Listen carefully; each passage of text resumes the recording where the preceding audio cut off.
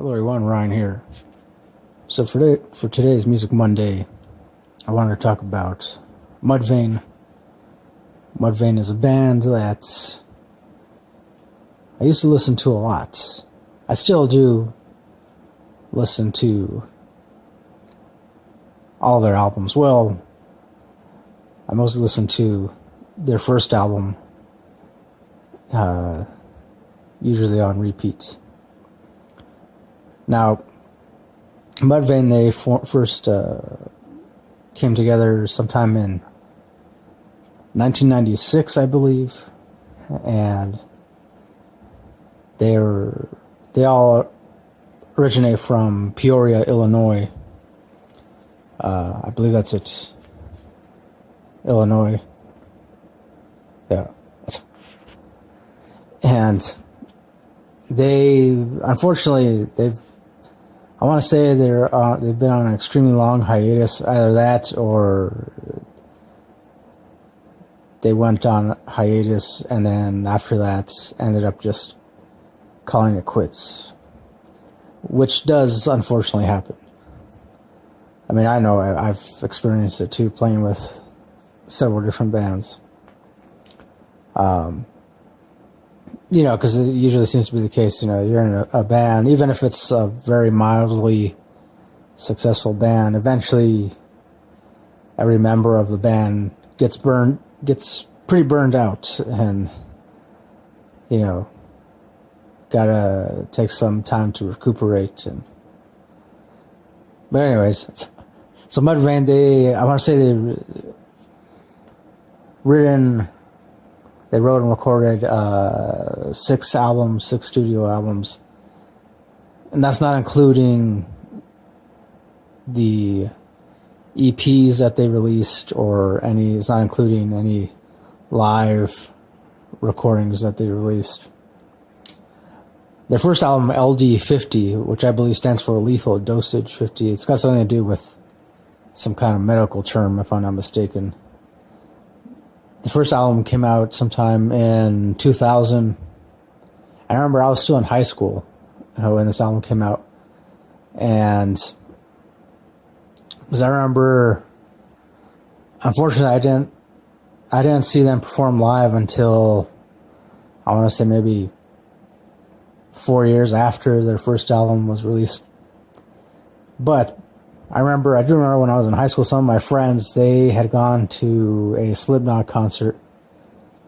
And that's another band too that at that time I had barely, you know, I just barely started listening to Slipknot, but I wasn't a huge fan at that time. But some of my other friends already were, and they went to the Slipknot concert, which I wasn't able to go to because it was on a school night. It was like on a Tuesday night. And my parents, there's no way my parents would have let me go, so. But anyways, some of my friends went, and Mudvayne was the opening band. And I remember the next day at school, my friends were telling me, you know, they were like, hey man, you gotta check out this new band. We saw they opened for Slipknot last night. They're called Mudvayne or something like that, and they got this really interesting sound, and I remember asking them, do they have an album out? And then they were like, no, their first album is supposed to come out like in another couple weeks or something. So then I was like, oh, okay. And then I just didn't think much of it after that. Until finally, like 2.5 weeks or so later, a friend of mine, one of those friends, let me borrow his copy. Well, he ended up burning a copy for me. Back in the days when people used to make illegal copies of CDs and entire albums worth of songs, and so a friend of mine made a copy for me, and I pretty much rushed home after school that day and put it in my stereo, and I was really surprised. That, because by that point too, I'd already seen a lot of posters of them, other pictures of them, at that time, the band members, they were wearing makeup, and they were essentially dressing like some kind of like a mix between like horror movie monsters, but also sci-fi creatures. Kind of, I guess I want to say like almost like reminded me of a little bit of like what Slipknot was doing, except Slipknot, they would wear masks, and Mudvayne, they painted their faces, so it was a little bit more,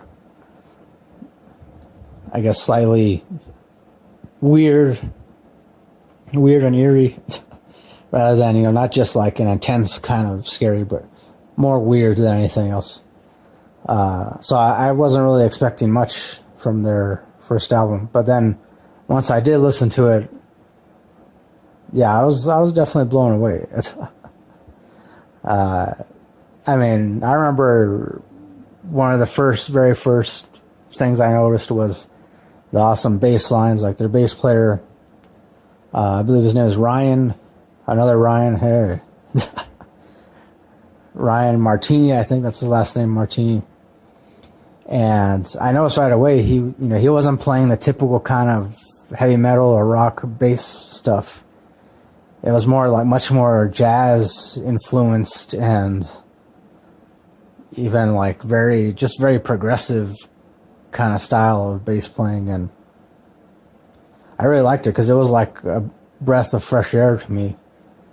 Because before I listened to that, I was used to like barely being able to hear, bass tracks when it came to any rock band. But yeah, I liked that I could really hear his bass track standing out. And after that, and then I also noticed the drums. The drummer is insane. I want to say his name is Matthew McDonough or something.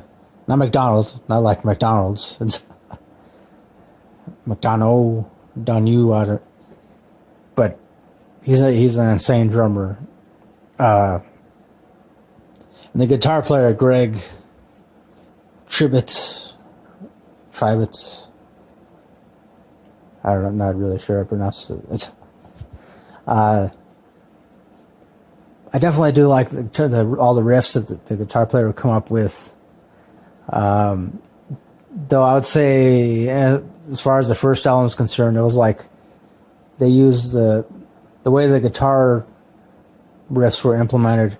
It was more in a way to like add an extra layer of sound more than anything else. It wasn't really done to like show off anything. Though in their later albums, the guitar player does have his shining moments. Later on he started to implement guitar solos and traditional heavy metal rock guitar kind of stuff. But for the first album, not so much. It was just more like, he stuck to just the rhythm and keeping up with the many tempo changes that the drummer would employ and the bass player. So, but still pretty awesome. And then the singer, of course, Chad, I believe is his name. I don't know, I might get that wrong. Also, too, I mean, they all went by different names, like weird, I don't know, kind of like names that were similar to their actual names, but, not really like nicknames. But I remember the singer for the longest time, he went by the name Cud. But yeah, I remember, I think I immediately ended up liking the singer's vocal range and his style, his tone, and I want to say, I believe still to this day, I've yet to come across any other singer that has his exact vocal tone. Because it's like, I just remember like just when I heard like the first couple songs off their debut album, reminded me of like kind of like grungy, but also like heavy and intense, passionate. Also, like, I don't know what else. Like, at some points, also like a little bit comedic, but not comedic in a way that like it makes you just want to like laugh out loud, but more like, you know, like, and coupled with the awesome lyrics that he would write. That's the other thing too. The singer is not only a great vocalist, but also an awesome lyricist. And I remember just, you know, being in awe of just listening to him, you know, sing these complex lyrics, which for the most part, I mean, at the time, I had no idea what the lyrics were about. But later on, the more I listened to them, I just figured, you know, they seem to be mostly about different things having to do with the human condition, different things having to do with, I guess, the amount of suffering any one individual can experience at any one time. And yeah, but I mean, that's just my own interpretation. That's and so anyways, I mean, after a while, eventually, once I finally did see them live, they opened for, I saw them open for Ozzy, I believe. And this was still sometime in the early 2000s. And I remember when the singer came out, he was wearing this like white rabbit suit. And he came out, he had like, you know, he had the head on, and then nobody knew. Like everybody, pretty much everyone in the audience was like, you know, who's this guy dressed in a white rabbit suit? And then once the first song started, he took off the head and threw it in the crowd and started singing, jumping around. And, yeah, they didn't play for very long because I think, you know, because it was them, and I want to say there was like 3 or 4 other bands that were opening for Ozzy. And pretty much each band, I guess they were only allowed to play like no more than like 20 to 30 minutes or something. So, yeah.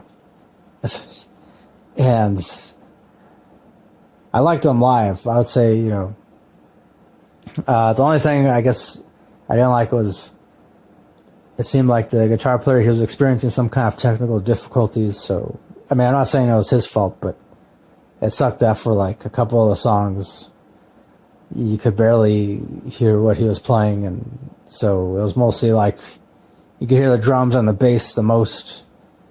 And then, of course, at certain points, the singer like screaming his ass off. And, and then after they finished their set, then the singer, he dove into the crowd, and, you know, some people caught him.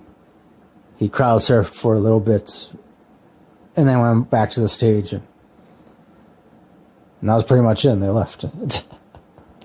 But yeah, I've always liked them. I've always felt it was a shame that they took a hiatus or broke up, or I don't know, I guess at this point they're technically officially broken up or something. But yeah, if you haven't heard any of their stuff, I will provide links to where you can check out some of their songs and watch some of their music videos. Their second album I didn't like as much as their first album, but I still liked it nonetheless. I like that they experimented a little bit more with more melody rather than just a lot of thrash metal stuff. And then the third album, they incorporated even more melody, even more melodic stuff, and I like that. And eventually I stopped listening after their fifth album, because then by that point, I don't know, it felt like to me they started to experiment like even more, and I don't know, maybe that's, you know, to me it almost felt like they weren't able to, like, they were no longer able to stay on the same wavelength as far as the creative process is concerned. And like they all had their own ideas, and they, I guess, they were butting heads in the studio or whatever. I mean, I don't know, that's what I know about that. It's based on different interviews I've read with them and whatnot, so. But yeah, definitely, I do plan on reviewing some of their albums too, sometime in a not too distant future. So, so yeah, again, if you haven't checked out Mudvayne, I do suggest you give them a try.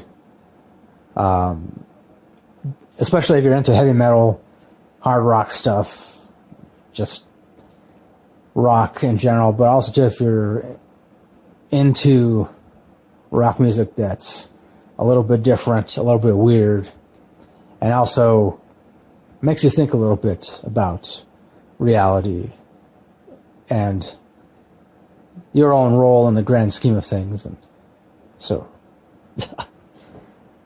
yeah, that'll do it for this Music Monday. Thanks for watching this, and as always, until next time, don't forget, keep it real, keep on rocking, and peace.